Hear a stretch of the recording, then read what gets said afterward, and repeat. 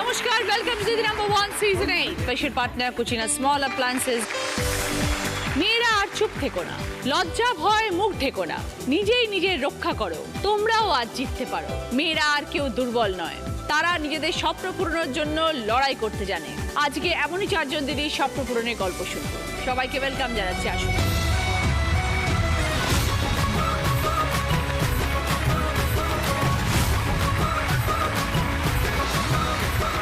সবাই উপস্থিত, আমরা সকলের সাথে পরিচয় করব। প্রথমে আছেন কোয়েল চক্রবর্তী। নমস্কার দিদি, আমি বাগুইহাটি থেকে আসছি। আমি বাই প্রফেশন একজন ওয়েব ডেভেলপার। আমি কিভাবে এই প্রফেশনে এলাম আর আমরা কি কাজ করে থাকি সেই গল্পই আজ তোমার সাথে করব। ওকে, শুনবো সব গল্প। এরপর আছে পপি পাইক। নমস্কার দিদি, আমি মৎস্যনন্দপুর থেকে আসছি। বিভিন্ন প্রতিকূলতার ভিতর থেকে উঠে দাঁড়িয়ে আমার বাবার পাশে দাঁড়িয়েছি, বাবাকে সাহায্য করেছি, কিভাবে করেছি সেই গল্প শেয়ার করার জন্য আমি আজকে তোমার কাছে এসেছি। ঠিক আছে। শম্পা ভাওয়াল। দিদি, আমি শ্যামনগর থেকে আসছি। আমি পেশায় একজন সেন্ট্রাল গভর্নমেন্ট এমপ্লয়ি। আমি কি করে আমার প্রতিকূলতা সংসারে বাবা ছোটবেলায় মারা যাওয়ার পর থেকে আমি ঘুরে দাঁড়ানোর সেই গল্পই করার জন্য আজকে তোমার কাছে এসেছি। এরপর আছে অন্নপূর্ণা দাস। নমস্কার দিদি, আমি দমদম নাগেরবাজার থেকে এসেছি। আমার দমদম নাগেরবাজারে চালের ব্যবসা। এই চালের ব্যবসায় আমার জীবনের চালচিত্র ঘুরিয়ে দিয়েছে, তারই গল্প আমি তোমার সাথে শেয়ার করতে এসেছি। বাহ, শুনবো সব গল্প। সবাইকে নিয়ে শুরু করছি আমাদের প্রথম রাউন্ডে খেলা দিদি মে বচাইতে। পপি, নমস্কার। অনেক লড়াই করে আজকে বাবার পাশে এসে দাঁড়িয়েছো। ছোটবেলার থেকে শুরু করব। তো আমার বাবার, আমরা 2 মেয়ে, আমাদের ভাই নেই। এটা আমার বাবার একটা আফসোস ছিল যে 2 মেয়ে ছেলে ছিল না। তো বাবা কোনোভাবে আমাদেরকে অভাব জিনিসটা বুঝতে দেয়নি। আমাদের ছোট একটা মুদিখানার দোকান ছিল, সংসার চালানোর যাবতীয় খরচ ওই মুদিখানার দোকান থেকেই আসতো। সেখান থেকে পড়াশুনো করায়। বাংলাদেশের আমার বাবার পূর্ব পরিচিত একটা দাদা, তখন দাদা খুবই ছোট, 16-17 বছর বয়স। তো দাদা আমাদের বাড়িতে আসে, এসে তার অর্থাভাবের জন্য আসে। তো বাবাকে সব কথা বলে যে এরকম অর্থের অভাবের জন্য এসেছি, তো বাবা কিছু হেল্প করতে চায়। তো বলে ঠিক আছে, তাহলে তুমি আমার দোকানে আছে, তুমি আমাকেও সাহায্য করো, নিজের ছেলের মতো থাকো, খাওয়া দাওয়া যাবতীয় যা খরচপাতি আমিই করবো, তুমি শুধু দোকানে থাকবে, সেটা স্যালারি সিস্টেমেই হবে। তো সেখান থেকেই দাদার অ্যাকচুয়ালি থাকা আমাদের বাড়িতে। নিজে আমরা 3 ভাই বোনের মতোই থাকতাম। আমার মা নিজের ছেলের মতোই দেখতো। বছর 25-26 পরে গিয়ে দাদার বাবা মা এসছে বাংলাদেশ থেকে। আসার পরে বাবা হেল্প করেছে কিছুটা, এবং দাদা কিছুটা নিজে জমি টমি দেখে আর কি বাড়িঘর করে বাবা মাকে এবং তার বোনকে একটা জায়গাতে রেখেছে, মানে সেই বাড়িটাতে রেখেছে। তারপরে হঠাৎ দাদার একদিন বিয়ে হয়ে যায়। বিয়ে হয়ে যাওয়ার পরে দাদা বাবাকে বলে যে একটু স্যালারিটা বাড়ানোর কথা, যেহেতু সংসার বেড়ে গেছে। তো বাবা অল্প কিছু বাড়ায় ফার্স্ট টাইম। তারপরে আরও কিছুদিন যাওয়ার পরে দাদা একটু স্যালারি বাড়ানোর কথা বলে, যেটা আমার বাবার পক্ষে সম্ভব ছিল না। এই জন্য আমাদের দোকানটা ছেড়ে দেয় দাদা। এত বছর পর মাল অর্ডার দেওয়া থেকে শুরু করে কোথায় কি রাখা আছে, কাস্টমারকে হ্যান্ডেল করা, সব কিছু আর কি দাদা দেখতো। তো বাবা পুরোটাই ওর উপরে ডিপেন্ডেন্ট ছিল। বাবা শুধু ক্যাশেই বসতো। তারপরে বাবা অনেকটাই ভেঙে পড়েছিল। ভেঙে পড়ার পরে বাড়িতে এসে রেগুলারলি বাবা বলতো, আমাদের 3 জনের সাথে শেয়ার করতো। মা আর আমার দিদির সামনে বলতো দোকানটা মানে দিন দিন অবস্থাটা খারাপ হয়ে যাচ্ছে, কাস্টমার কমে যাচ্ছে, হ্যান্ডেল করা যাচ্ছে না, অনেক মাল নষ্ট হচ্ছে। তখন আমি ওই কথাগুলো শুনতাম। শুনে আমার ভীষণ খারাপ লাগতো কোথাও একটা, যে আমি মেয়ে হয়ে পড়াশুনো শিখিয়েছে, ঠিক আছে, আমি যদি একটু বাবাকে হেল্প করতে পারি তাহলে ক্ষতি কি, বাবারও একটু সাহায্য হয়।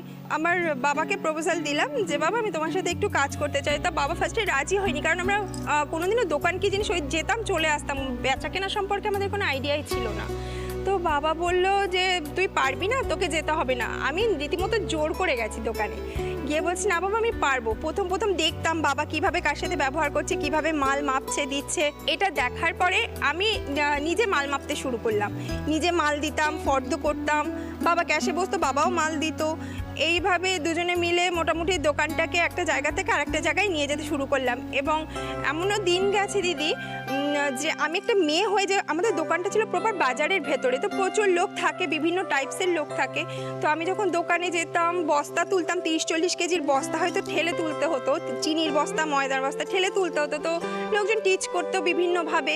তো আমি কিছু মাইন্ডে নিতাম না, যে ঠিক আছে আমি একটা মেয়ে, আমার বাবাকে হেল্প করতে করছি তাতে কে কী বললো আমার তাতে কিচ্ছু যায় আসে না। এবং আস্তে আস্তে অনেক কাস্টমার আসা শুরু করলো আমার দোকানে। আর এইভাবে দোকানটাকে ছোট্ট দোকান থেকে একটা বড় একটা দোকান করলাম, বাড়ালাম দোকানটাকে। বাবা কিছুটা নিশ্চিন্ত হলো। এমন কিচ্ছু নেই যে মেয়েরা পারে না, সব কিছু পারি আমরা। হ্যাঁ দিদি, এমনকি আমি দিনে আমাদের বাড়ির থেকে দোকানটা 2-3 কিলোমিটার, তো আমি 6-7 বার যাতায়াত করতাম সাইকেলে। মানে দোকানে ফার্স্ট টাইম আসতাম, বাজার করতাম, বাজার করে বাড়ি দিতে যেতাম, টিফিন করতে যেতাম, আবার আসতাম, আবার দুপুরে বাড়িতে যেতাম, আবার বিকালে আসতাম, রাত্রে যেতাম। বাবাকে একদিন ভয়ে ভয়ে বললাম, বাবা আমাকে একটা স্কুটি দেবে, আমার প্রচণ্ড শখ ছিল। তো বাবা দেখলাম না করলে না, ফার্স্ট টাইম বলছে, অনেকেই বাধা দিচ্ছে, মেয়ে জোরে সাইকেল চালায়, মেয়ের হাতে স্কুটি দেবেন না দাদা।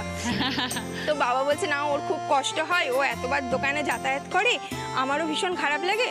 তো সেইখান থেকে একটু আলোচনা করে বাবা একটা স্কুটি কিনে দেয়। তারপর থেকে আমার অনেকটা কষ্টটা কম হয়ে গেছিলো। আমি বাজারঘাট করে বাড়িতে দিয়ে আসতাম, বাবার সাথে আসতাম, কোনো দিন বাবাকেও নিয়ে চলে আসতাম একসাথে। বিয়ের পরে এখনো সামলাচ্ছ? বিয়ের পরে সামলাচ্ছি বলতে দিদি, আমি পুরোপুরি সামলাতে পারি না, কারণ আমার একটা ছোট বেবি হয়েছে। দোকানটাকে এত বছর চালানোর পরে এতটাই ভালোবেসে ফেলেছি 10-12 বছরে, যে এখনো পর্যন্ত আমি বাপের বাড়িতে যাই কোনো অকেশন পারপাসেই যাই বেসিক্যালি, যেমন দুর্গা পুজো আছে, কালী পুজো, লক্ষ্মী পুজো। তো আমি বাবার দোকানে চলে যাই, দোকানে গিয়ে বাবাকে হেল্প করি, কিন্তু এখন সেটা ভালোবেসে যায়, এটা প্রয়োজন হয় না। কারণ আমি যখন থেকে আমার বিয়েটা হয়ে গেছে তখন থেকে বাবা 2জন কর্মচারী রেখেছেন, এবং বাবা মালপত্র অর্ডার দেওয়া সব নিজেই করতে পারেন এখন। তাহলে বাবা এখন বুঝতে পেরেছে যে মেয়ে সব সামলাতে পারে। হ্যাঁ, বাবা খুব খুশি। এবং লোকে কাস্টমার এসে যখন বলে দাদা আপনার মেয়ে সত্যি মানে আপনার থেকেও ভালো দোকানদারি সামলাতে পারে, তখন বাবারও ভীষণ ভালো লাগে, আর আমার তো ভালো লাগেই। খুব ভালো, ভেরি গুড পপি। বাবাকে এইভাবে সাহায্য করেছো, বাবার পাশে দাঁড়িয়েছো। এই যে তোমার নাম পপি, এটা কে রেখেছে? মায়ের খুব পছন্দ ছিল নামটা, তো আমার মাই রেখেছে। আর যখন বিয়ে করলে তখন পদবিটা কি এটা ভেবেই বিয়ে করেছিলে পপি পাইক হবে? অ্যাকচুয়ালি দিদি আমার লাভ কাম অ্যারেঞ্জ বললেই চলে। তো আমার হাজবেন্ডের পাইকই ছিল, এখন লাকিলি বেঁধে গেছে, কি আর করা যাবে। তো তোমাকে সবাই পিপি বলে ডাকে? পিপি? আমার হাজবেন্ড টিপি আর আমি পিপি। ভালো থেকো পপি। হ্যাঁ, অল দ্য বেস্ট। এবার আমরা দেখবো সকলের জন্য কি খেলা আছে। এখানে দেখো সানফিস্ট ম্যারিলাইটের প্রচুর বিস্কিটের প্যাকেট রাখা রয়েছে, আর তার সঙ্গে টি পটে চা রয়েছে। খেলাটা হচ্ছে 4টে কাপ আছে, 4টে কাপের মধ্যে চা ঢালতে হবে, 1 চামচ করে চিনি দিতে হবে, চিনিটা গুলতে হবে, ঠিক আছে? এবার এই সানফিস্ট ম্যারিলাইটের বিস্কিটের প্যাকেট খুলে প্রত্যেকটা কাপের সাথে প্লেটের সাথে 2টো করে বিস্কিট রাখতে হবে, কারণ চায়ের পারফেক্ট পার্টনার হচ্ছে সানফিস্ট ম্যারিলাইট বিস্কিট। তো সেই জন্য এই খেলাটা কে কত তাড়াতাড়ি শেষ করতে পারে, যে সবার আগে কমপ্লিট করবে সে 20 পয়েন্টস, আবার 15 পয়েন্টস, 10 পয়েন্টস, 5 পয়েন্টস। প্রথমে খেলতে আসছে পপি। স্টার্ট।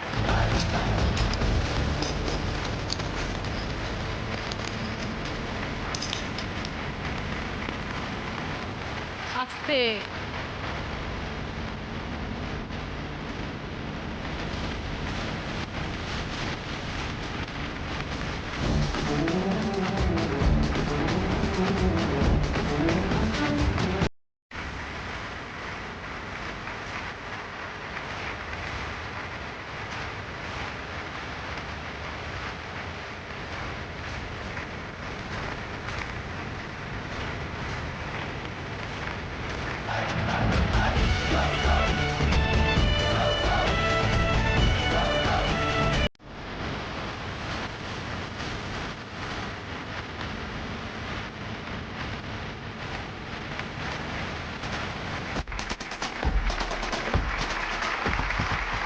পপি খেলাটা শেষ করেছে 58 সেকেন্ডসে। ফিরে এলাম ব্রেকের পর। আপনারা দেখছেন Didi number 1 season 8, special partner Kutchina small appliances, Koyel web developer. বিষয়টা কি? বিষয়টা বলার আগে বলি আমি কিভাবে এই প্রফেশনে এসেছি। একদম। আমার পড়াশোনা যাদবপুর ইউনিভার্সিটি থেকে আমি তুলনামূলক সাহিত্য কম্পারেটিভ লিটারেচার নিয়ে মাস্টার্স করেছি, তার সাথে আমি মাস কমিউনিকেশন করেছি। আমার ইচ্ছে ছিল আমি পাবলিক রিলেশনস নিয়ে কাজ করব। তো যখন আমি পড়াশোনা শেষ করলাম তখন আমি জব ইন্টারভিউ দিচ্ছি, জবের খোঁজ করছি। তারপরে তখন আমাকে আমার এক বন্ধু বললো যে এটা খুব ছোট কোম্পানি আছে, ওখানে কন্টেন্ট রাইটারের রিকোয়ারমেন্ট আছে, তো তুই কি ইন্টারেস্টেড হবি? তো আমি অ্যাকচুয়ালি আমি লিটারেচারের স্টুডেন্ট, তো আমাদের তো লিখতেই হয়। তো আমি ভাবলাম ঠিক আছে, যতদিন না আমি পছন্দ মতন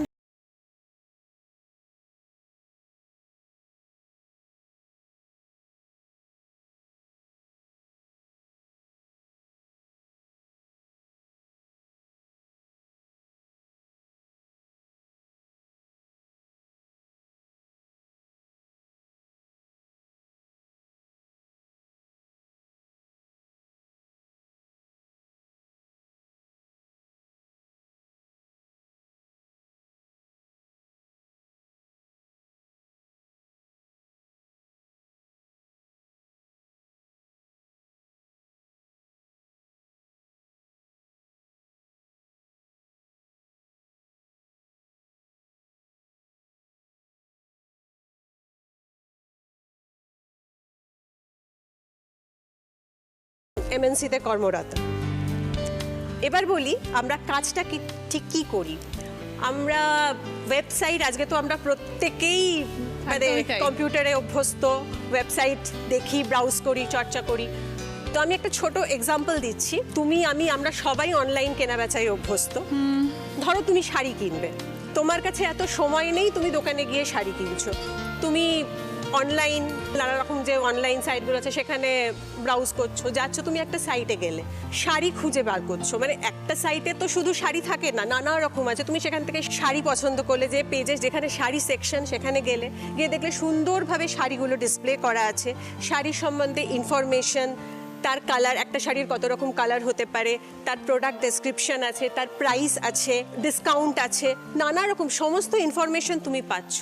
এই যে পুরো ব্যাপারটা, যেটা দেখে তুমি অ্যাট্রাক্টেড হচ্ছ, পুরো ব্যাপারটাকে সাজানো, এই যে পুরো ব্যাপারটাকে সাজানো, মানে আমার কাজটা মেনলি ফ্রন্ট এন্ডে, যেটা ইউজাররা দেখে, ওই জিনিসটাকে সাজানো, ডেভেলপ করা, সেই কাজটাই কাজ। আমরা করে থাকি। তারপরে আমরা হ্যান্ড ওভার করে দিই ব্যাক এন্ডের কাছে, যেখানে ব্যাক এন্ডে পেমেন্ট, আরও নানা রকম যে প্রোগ্রামিং এর কাজগুলো হয় সেগুলো তারা করে থাকে। কিন্তু আমি এই ফ্রন্ট এন্ডের কাজটা করি। কতদিন হয়ে গেল কোয়েল এই কাজের সাথে যুক্ত? 10-12 বছর। তো তোমাদের নিজস্ব কোম্পানি ফর্ম করেছো? না, আমি চাকরি করি। ওকে। আমার হাজবেন্ডের নিজস্ব কোম্পানি আছে, এই সেম জিনিসে। ওকে। তো হাজবেন্ডের কোম্পানিতে নেই কেন তুমি? না, হয়তো জানি না ভবিষ্যতে থাকবো কিনা, কিন্তু এখন আমি আমার জায়গাতে চাকরি টাকরি করছি, ও জায়গাতে আছে। যতদিন চাকরি করতে পারি, যতদিন শিখতে পারি, ইচ্ছে আছে। তারপর জানি না, এখনো ভবিষ্যতে যদি মনে হয় হয়তো জয়েন করবো দুজনে একসাথে। তো কোয়েল, কি করে মানুষ বুঝবে, মানে সাধারণ মানুষ কি করে বুঝবে যে কোন সাইটে গেলে ঠিকঠাক হবে? ধরো বড় বড় যারা ব্র্যান্ডস রয়েছে তাদের ছেড়ে দাও, ওদেরকে বাদ দিয়ে আমি বলছি, একদম অনেক। একটা বলবো যে যেটা হয় আজকাল, ক্যাশ অন ডেলিভারিতেও কাউকে বিশ্বাস করা যায় না, কারণ অনলাইন সাইট তো জাস্ট একটা পার্ট। তো ওই আমি ক্যাশ অন ডেলিভারিতে আমার এরকমও লোক দেখেছি, টাকা দিয়ে চলে গেছে, প্রোডাক্টটা খুলে দেখেছে প্রোডাক্টটা ঠিক নেই।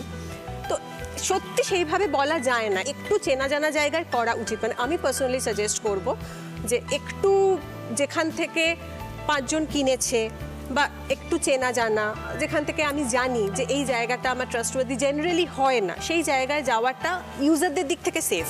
এই যে এত রিভিউজ থাকে ধরো প্রোডাক্টের পেছনে, সেগুলো কি আসল রিভিউজ থাকে নাকি? কিছু আসল রিভিউজ থাকে অবশ্যই, কিছু কোম্পানি করে নিজেদের ঢোল নিজেই তো পেটাতে হবে। একটু রিসার্চ করে, যে যত টেকনিক্যালি ব্যাপারগুলোকে হ্যান্ডেল করতে পারবে, দেখতে পারবে, সে তত হবে। তা সত্ত্বেও ফ্রড হচ্ছে, মানে একদমই আমাদের তো তাই। এখন সাইবার ক্রাইমও তো একটা বিরাট জায়গায় পৌঁছেছে।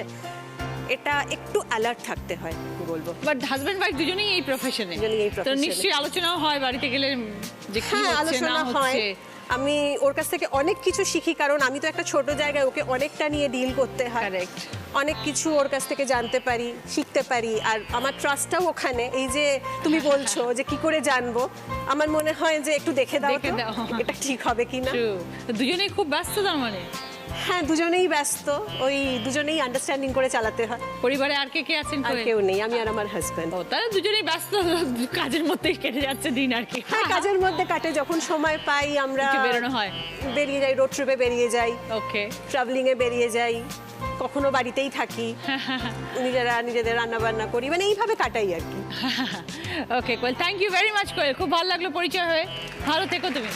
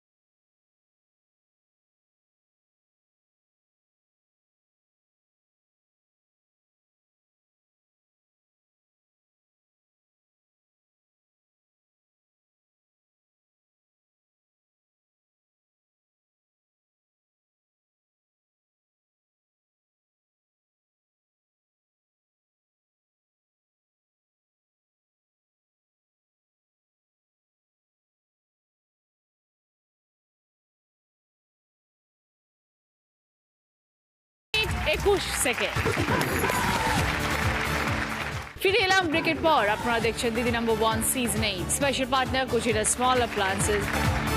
অন্নপূর্ণা দি, চালের ব্যবসা কতদিন হলো এই ব্যবসা? 25 বছর। ওরে বাবা!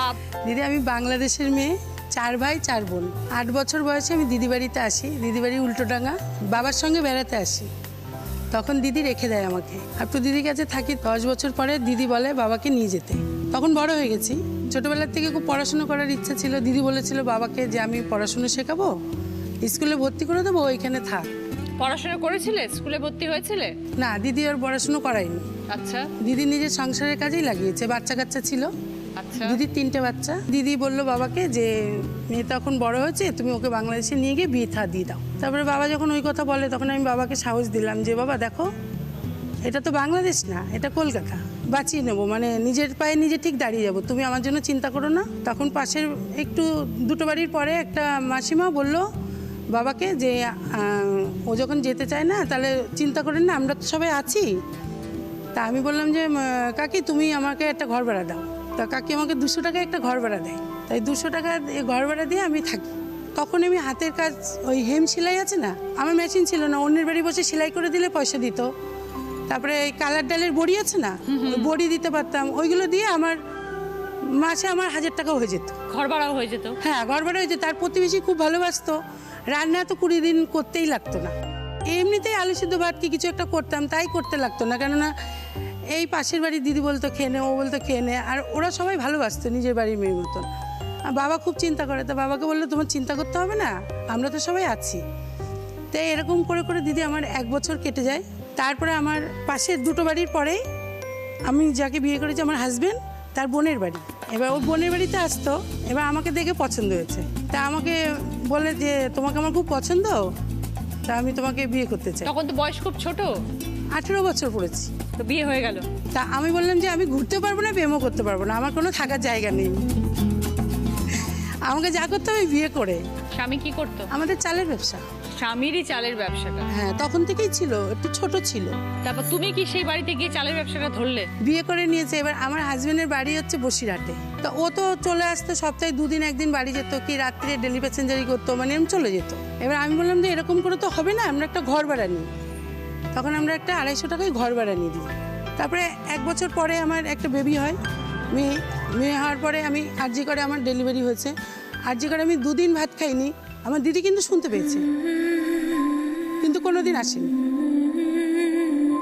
নিজের যদি একটা জেদ থাকে, পয়সা আমার নেই, কিন্তু পয়সা আমি করে দেখাবো। কি করে করলে তারপরে? হ্যাঁ, তারপরে আমি আমার স্বামীর বিজনেসের সঙ্গে যোগ দিই।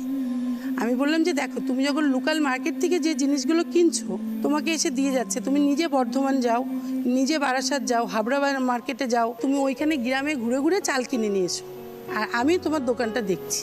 তুমি দোকানে বসতে শুরু করলে? হ্যাঁ, সকালবেলা 6টার সময় উঠে যায়, ও দোকানে চলে যেত, দোকানটা খুলে দিত, খুলে টুলে দিয়ে তারপরে ও কিছুটা দোকানদারি 10টা পর্যন্ত করে চলে যেত। তারপরে আমি ওই দোকানে গিয়ে বসতাম বেলা 3টে পর্যন্ত। এর মাঝখানে দৌড়ে একটু মেয়েকে দেখে আসতাম, মেয়েকে পাশের বাড়ি রেখে আসতাম, দুধের কোটো টোটো দিয়ে আসতাম, ওরাই দেখে শুনে রেখে দিত। তারপরে আস্তে আস্তে মেয়ে বড় হয়। প্রথমে তো মেয়ে ছিল, মেয়ে 8 বছর পরে একটা ছেলে হয়। তো এই এতগুলো বছরে 25 বছর হয়ে গেল, কতটা ব্যবসাটা বড় করতে পেরেছো অন্নপূর্ণা? কি কি করতে পারলে জীবনে? এখন আমার দমদমে 3টে ফ্ল্যাট। কেমন? 3টে ফ্ল্যাট, একটা মতিঝিলে বাড়ি, দমদম মতিঝিলে। হ্যাঁ, আর 4টে দোকান। ফ্যান্টাস্টিক। মেয়ে দমদম ক্রাইস্ট গার্লস স্কুলে 12 করেছে, ফর্টিসাইজ কলেজে এমএ করেছে, ভেরি গুড। তারপরে ক্যালকাটা ইউনিভার্সিটিতে মাস্টার করেছে, ভেরি গুড। বিএড করেছে, খুব ভালো। এখন দিদি পিএইচডি করছে শান্তিনিকেতনের ডিস্টেন্সে। क्या बात। আর ছেলে কি করছে? আর ছেলে দিদি Dum Dum Aditya school CBSE board. আমি দিদি ফর্মও ফিল আপ করতে পারতাম না যখন ছেলেকে ভর্তি করেছি। ওর বাবা বলছে তুমি তো ইংলিশে উচ্চারণই করতে পারবে না, কিছু পড়তে দিলে ওখানে তো 5টা মায়ের সামনে তোমার মান সম্মান যাবে। আমি যে আমার ছেলের জন্য আমার মান সম্মান কিছু যাবে না, আমি আমার বন্ধুদের থেকে হেল্প নেব। ছেলে কি করছে এখন? দিদি ছেলে এখন উচ্চ মাধ্যমিক পাশ করে এখন কি বলে ওই মেডিকেল এমবিবিএস করছে। ডক্টর হবে? হ্যাঁ, ভেরি গুড। এই 2nd ইয়ারে গেছে দিদি, মুর্শিদাবাদ মেডিকেল কলেজ। বাহ, খুব ভালো। আর কি চাই? যায়, হ্যাঁ? মেয়ে পিএইচডি, ছেলে ডক্টর হতে চলেছে। হ্যাঁ দিদি, আমার এইটা তোমার কাছে এসে বলার উদ্দেশ্য হচ্ছে আমি আরও 5টা মেয়েদের জানাতে চাই যে নিজের ইচ্ছা থাকলে পেছন ঘুরে তাকাতে হয় না। যে মেয়ে বাবাকে বলেছিল 11 বছর বয়সে যে আমি ফেরত যাব না, আমি এখানে না। লড়াই করে দেখিয়ে দেবো, এবং 200 টাকা ঘর ভাড়া দিয়ে থাকতো, হ্যাঁ। তার আজকে দমদমে 3টে ফ্ল্যাট, মতিঝিলে একটা বাড়ি। দিদি আমি এখন 40,000 টাকা ভাড়া পাই।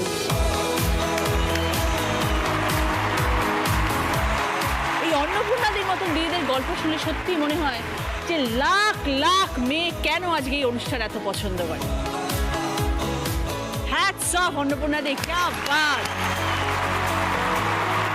দিদি আমার মেন উদ্দেশ্য ছিল আমার ছেলে মেয়ে মানুষ করা, তার জন্য আমার যত কষ্ট করতে হয় করবো। আর আমার 4টে দোকান, আমার দোকানে এখন 4টে ছেলে কাজ করে। এই 4টের থেকে 8টা হোক। অন্নপূর্ণাদি, সব এত ভালো ভালো কথা শুনলাম, এই সুন্দর চেহারাটা কি করে হয়েছে? ওই চাল খেয়ে নিজের চাল ক কেজি খান? নিজের চাল কখনই খাই না, আমাদের বংশগত হেরিডিটি মোটা হওয়া। এরকম খুব ভালো থাকবেন অন্নপূর্ণাদি, খুব ভালো লাগলো পরিচয় হয়ে। আমার অনেক অনেক অনেক ভালোবাসা এবং শুভেচ্ছা।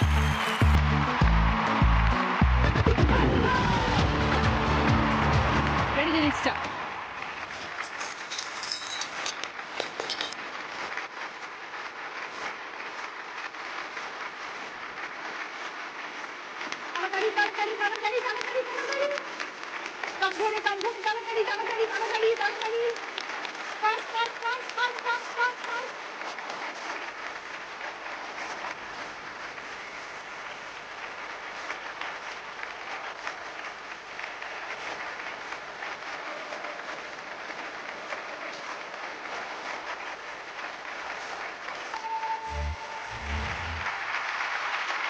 অন্নপূর্ণাদি খেলাটা শেষ করেছেন 45 সেকেন্ডে।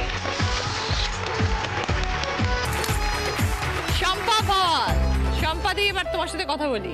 দিদি, আমি বর্তমানে একজন সেন্ট্রাল গভর্নমেন্ট এমপ্লয়ি। আমি সিমাস প্রভিডেন্ট ফান্ড খিদিরপুর অফিসে আছি, কিন্তু আমার জীবনের কথা বলতে গেলে আমাকে অনেক পেছনে আমার ছোটবেলায় ফিরে যেতে হবে। সেখানে আমাদের সংসার হচ্ছে বাবা মা এবং আমি এবং আমার ছোট বোন, 6 বছরের ছোট বোন। আমাদের সংসার খুবই ভালো। বাবা চাকরি করতেন নেভিতে, ইন্ডিয়ান নেভিতে চাকরি করতেন, খুবই সচ্ছল পরিবার। এবং সেই ক্ষেত্রে যখন আমি ক্লাস 9-এ আমি স্কুল যাই, স্কুলে থেকে আমাকে ছুটি করিয়ে আনা হয় একদিনকে। আমি জানি না যে কি কারণে আমাকে ছুটি করিয়ে আনা হয় বা আমার জন্য কি অপেক্ষা করছে। আমি বাড়িতে এসে শুনতে পাই যে বাবা জাহাজে গেছিলেন, রাশিয়াতে অ্যাক্সিডেন্ট হয়ে মারা যান। জাহাজে অ্যাক্সিডেন্ট?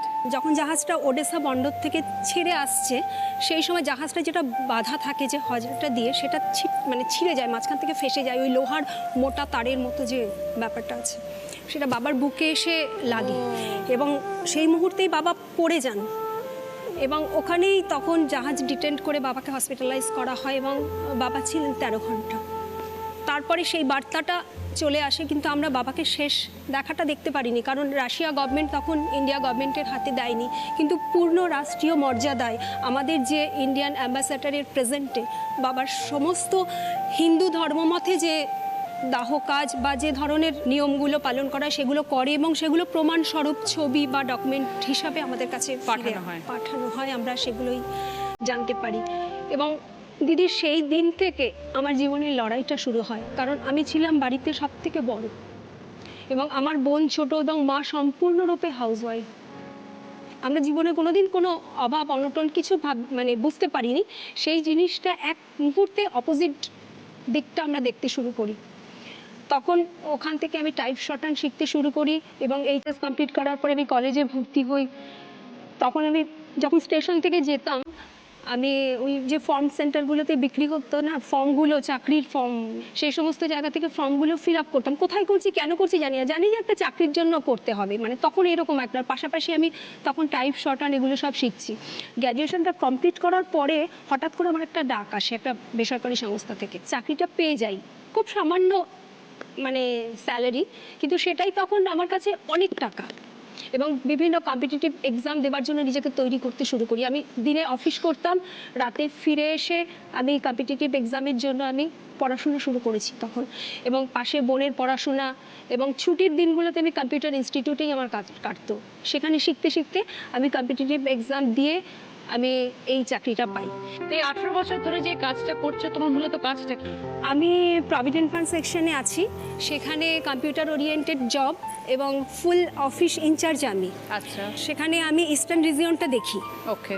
এবং সেখানে প্রভিডেন্ট ফান্ডের সংক্রান্ত যে কোনো আচ্ছা। বিষয়ে জন্য সবাই আমার কাছে আসে। কোথায়? কলকাতা শহরের মানে কোথায়? খিদিরপুরে আমার অফিস। খিদিরপুরে। এবং অফিসে আমার মানে পরিচিতিটাই হচ্ছে পিএফ ম্যাডাম, মানে সবাই মাঝখানে কিছু দরকার হলো তোমাদের, কি সেই সিস্টেম আছে যে সেই অ্যামাউন্টের উপর থেকে লোন তুলতে পারবে? হ্যাঁ, নন রিফান্ডেবল উইথড্রয়াল বলে সেগুলোকে। ওকে। সেগুলোকে করা যায়। সেগুলো হয় মূলত কতগুলো রিজনের ওপরে। যেমন প্রথম রিজনটাই যেটা খুব ইজিলি পাওয়া যায় সেটা হচ্ছে মেডিকেল। পার্সোনাল পাওয়া যায় এবং আনএমপ্লয়মেন্ট পাওয়া যায়। তো সেটা কত পার্সেন্ট তুলতে পারা যায়? আনএমপ্লয়মেন্ট 10% পাবে, মেডিকেল 25% পাবে, আচ্ছা। এবং ম্যারেজ লোন সেটা তার সেলফ অথবা ডটার ম্যারেজ অথবা সিস্টার ম্যারেজ, সেই ক্ষেত্রে সে 50% পাবে। তা হাউস বিল্ডিং লোন পাবে 75%। আর সেই লোনটা রিপে করার এটা তাকে রিপে করতে হবে না, তার টোটাল ব্যালেন্স থেকে সেটা ডিডাক্ট হয়ে যাচ্ছে। হয়ে যাবে। আর ধরো যদি কারোর কোনোদিনও প্রয়োজন না হলো, উঠালো না মধ্যখানে, তার অ্যামাউন্টটা তো আরো রিচ হচ্ছে উইথ ইন্টারেস্ট। With interest. তারপর সে যখন স্যালারি তার বন্ধ হয়ে গেল তখন সেই পুরো টাকাটা পেয়ে যাবে? পুরো টাকাটা পেয়ে যাবে। সেটা কি ট্যাক্সেবল? না, পিএফ এর অ্যামাউন্ট এখনো পর্যন্ত ট্যাক্সেবল না। গুড। কারোর কিছু দরকার হলে নিশ্চয়ই শম্পা হওয়ালের কাছে যাবেন এবং সব রকম অ্যাডভাইস আপনাকে শম্পা করে দেবে। আমাদের পিএফ দিদি। ভালো থেকো শম্পা, এভাবেই জীবনে কাজ করে এগিয়ে থ্যাংক ইউ দিদি। স্টার্ট।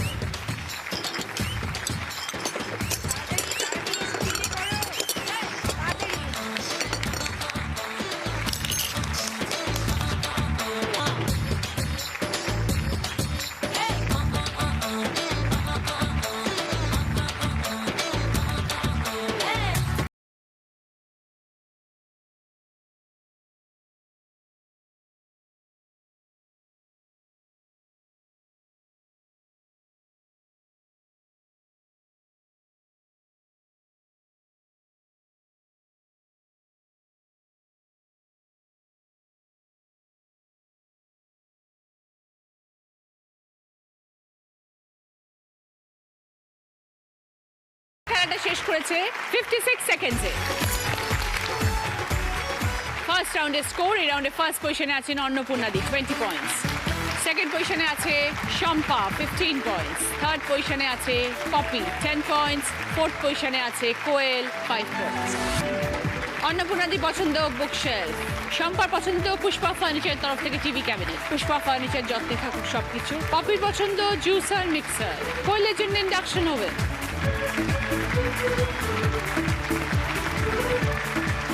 শুরু করবো আমাদের second round. Kutchina small appliances presents হয় তুমি নয় আমি। আজকের আমাদের স্পেশাল গেস্ট শর্মিতা এবং আরফিন। প্রথম গানের প্রশ্ন, রাইট আনসার দিলে গিফট পাবে লালম অয়েল প্লাসের তরফ থেকে লেডিস ব্যাগ। ভাল লাগে হাঁটতে তোর হাত ধরে, ভাবনা তোর আসছে দিন রাত ধরে, এলোমেলো মনটাকে কি করে খেয়াল রাখে, কেন আমি এত করে তোকে চাই, পারবো না আমি ছাড়তে তোকে, পারবো না আমি ভুলতে তোকে, পারবো না ছেড়ে বাঁচতে তোকে, হয়ে জানা রাজি একবার। গানের কথা অনুযায়ী বিশেষ কোন দুটো সময়ের উল্লেখ করা হয়েছে? বলো কোয়েল। দিনে রাতে। 5 পয়েন্টস। আসছে দিন সঙ্গে লালম অয়েল প্লাসের তরফ থেকে লেডিস ব্যাগ। দ্বিতীয় গানের প্রশ্ন, রাইট আনসার দিলে গিফট পাবে সানকুইকের তরফ থেকে প্রেসার কুকার। টিভি স্ক্রিনে প্রশ্ন আসছে, অনেকগুলো অক্ষর ঘোরাঘুরি করবে, একটি অক্ষরে সে আটকে যাবে, সঙ্গে সঙ্গে বাজার প্রেস করে সেই অক্ষর দিয়ে গান শুরু করবে। প্রথম প্রশ্নের ক্ষেত্রে বলো বলবো না।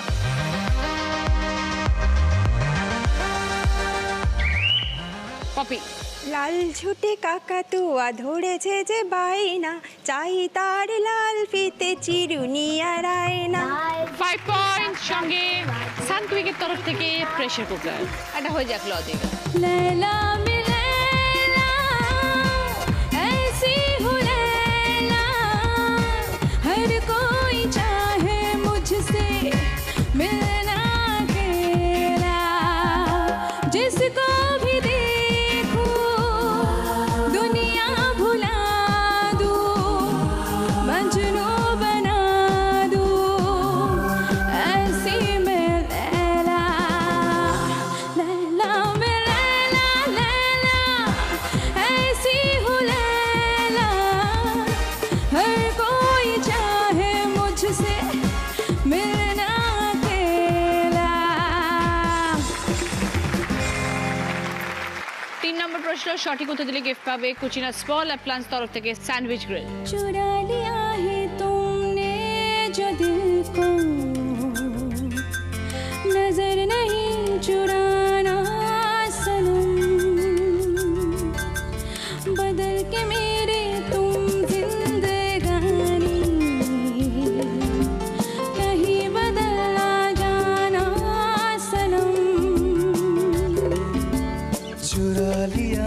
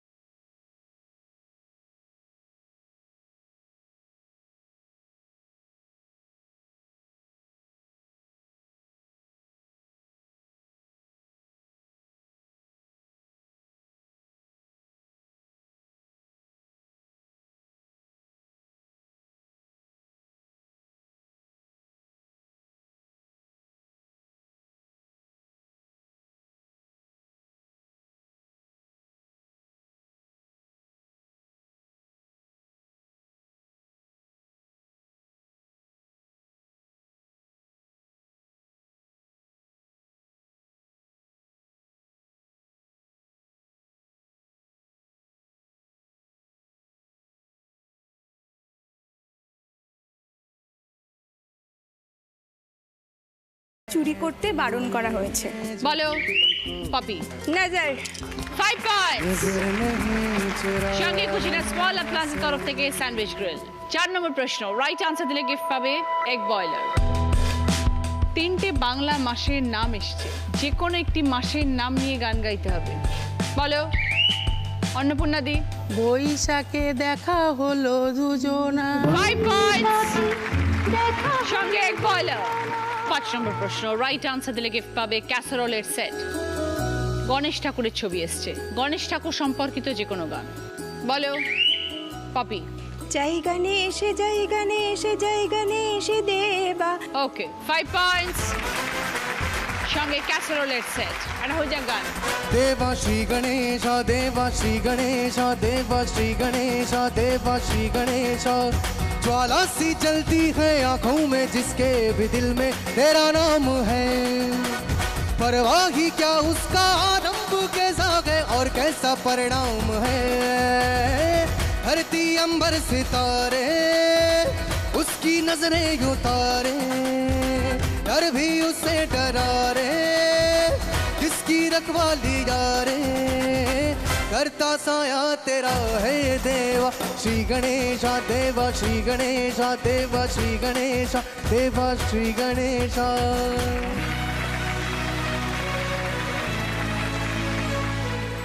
শুরু করছি আমাদের থার্ড রাউন্ড, কার দৌড় কত দূর। আজকের আমাদের স্পেশাল গেস্ট ঋতুজি। অভিনয় রাউন্ড। ঋতুজি দেখা একটা টপিকের উপর অভিনয় করবে, বাজার প্রেস করে উত্তর দেবে। রাইট আনসার +5, কোনো নেগেটিভ মার্কিং নেই। First topic.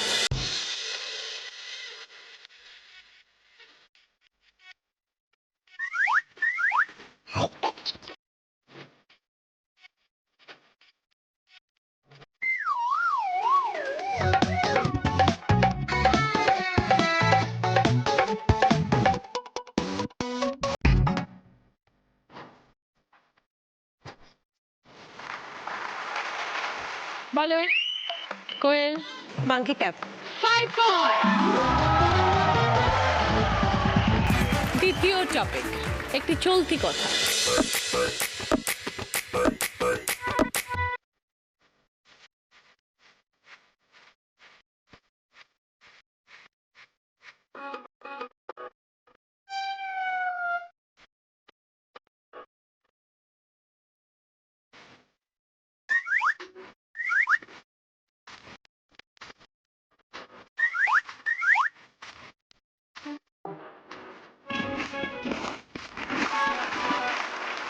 বলো পপি। ঘোড়া ডিঙিয়ে ঘাস খাওয়া। 5 পয়েন্টস। থার্ড টপিক, কাকে দেখাচ্ছে বলতে হবে।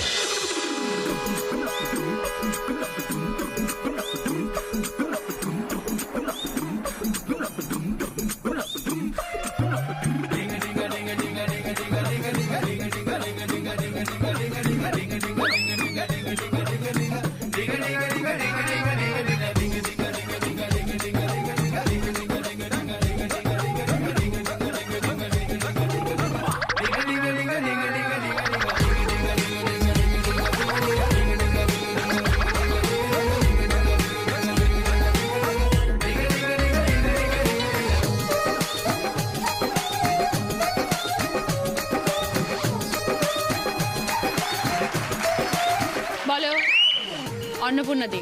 নাপিত। 5 পয়েন্টস। 4 নম্বর টপিক,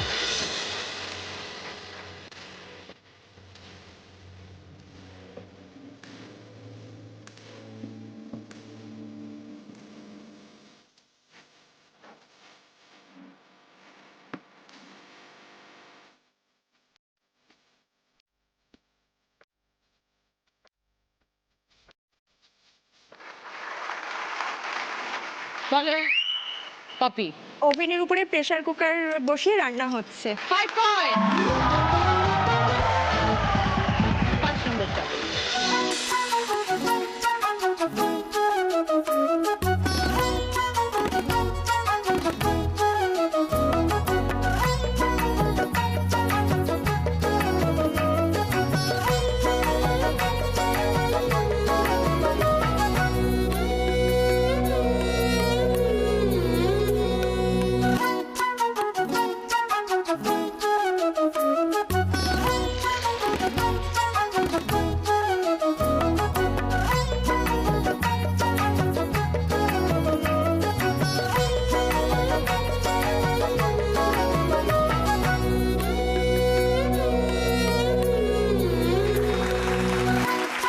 বলো কোয়েল। কুয়ো থেকে জল তুলে স্নান করছে। 5 পয়েন্টস। 5টা টপিক শেষ, এই রাউন্ডে খেলা শেষ। ঋতুজিতের জন্য জোরে হাত থাক। Thank you.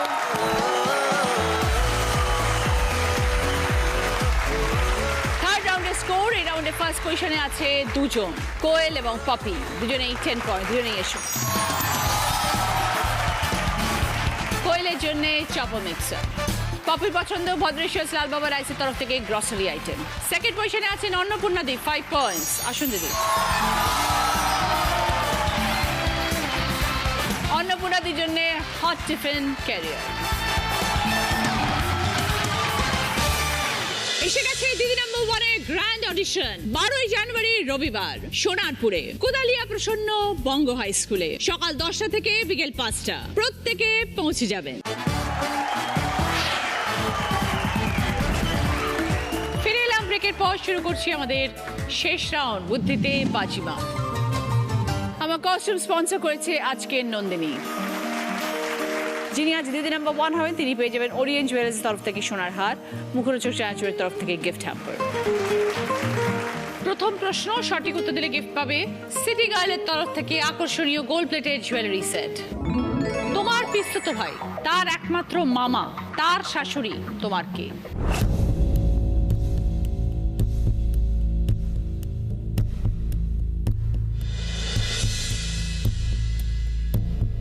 এবার বলো পপি। আমার দিদা। বোঝাও। আমার পিস্তত ভাই মানে পিসির ছেলে, তার একমাত্র মামা হচ্ছে আমার বাবা, তার শাশুড়ি হচ্ছে আমার দিদা। 20 পয়েন্টস। সঙ্গে সিটি গার্লের তরফ থেকে জুয়েলারি সেট। দ্বিতীয় প্রশ্ন সঠিক উত্তর দিলে গিফট পাবে উপাসনা মাস্টার জলের তরফ থেকে গিফট হ্যাম্পার এবং রুম হিটার। চামচ, বাতাসা, লবঙ্গ, তিনটে শব্দ, একটা করে অক্ষর নিয়ে একটা নতুন শব্দ বানাও।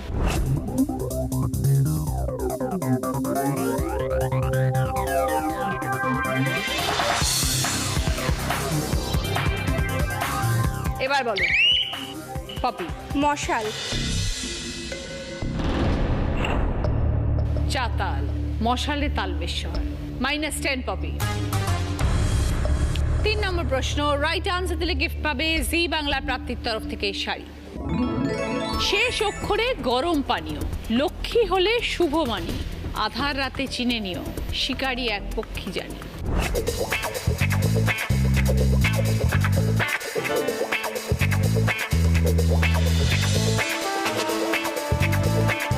এবার বলো কোয়েল। প্যাঁচা। বুঝিয়ে দাও। শেষ অক্ষরে গরম পানীয়, চা, প্যাঁচা লক্ষ্মী, লক্ষ্মী প্যাঁচা, রাত্রিরে প্যাঁচা দেখা যায় আর শিকারি পাখি। 20 পয়েন্টস, সঙ্গে জি বাংলা প্রাপ্তির তরফ থেকে শাড়ি। 4 নম্বর প্রশ্ন রাইট আনসার দিলে গিফট পাবে ওয়াটার পিউরিফায়ার। পাশাপাশি ক্লু পাতুরি বা ফ্রাই, মাছের জবাব নাই, ওপর নিচে ক্লু নানা ডিজাইনে যাকে পাই, কাপড়ের ধরন চেনা যায়।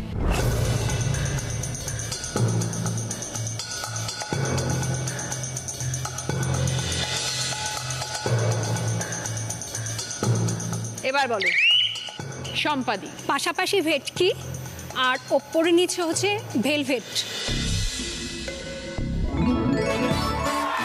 20 পয়েন্টস, সঙ্গে ওয়াটার পিউরিফায়ার। 5 নম্বর প্রশ্ন রাইট আনসার দিলে গিফট পাবে গিজার। শেষ প্রশ্নে যাওয়ার আগে স্কোর।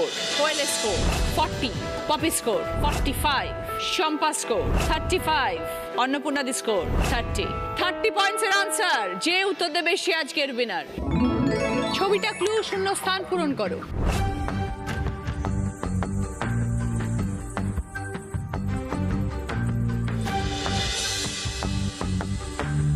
এবার বলো পপি। চড়ুই ভাতি।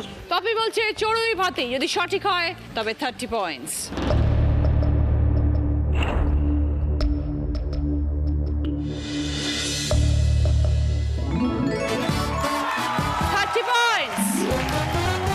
সঙ্গে গিজার।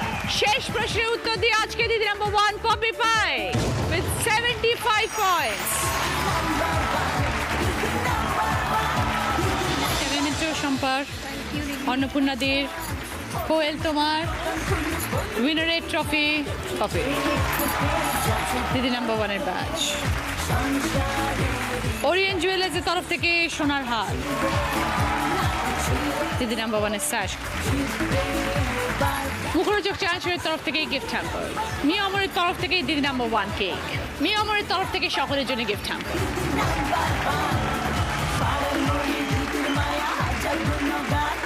বাঞ্ছারামের তরফ থেকে মিষ্টির গিফট হ্যাম্পার। মিষ্টি মানে বাঞ্ছারাম। সকলের থেকে বিদায় চাইছি, আগামীকাল দেখা হবে। এরপরে আপনারা দেখবেন আলো ছায়া।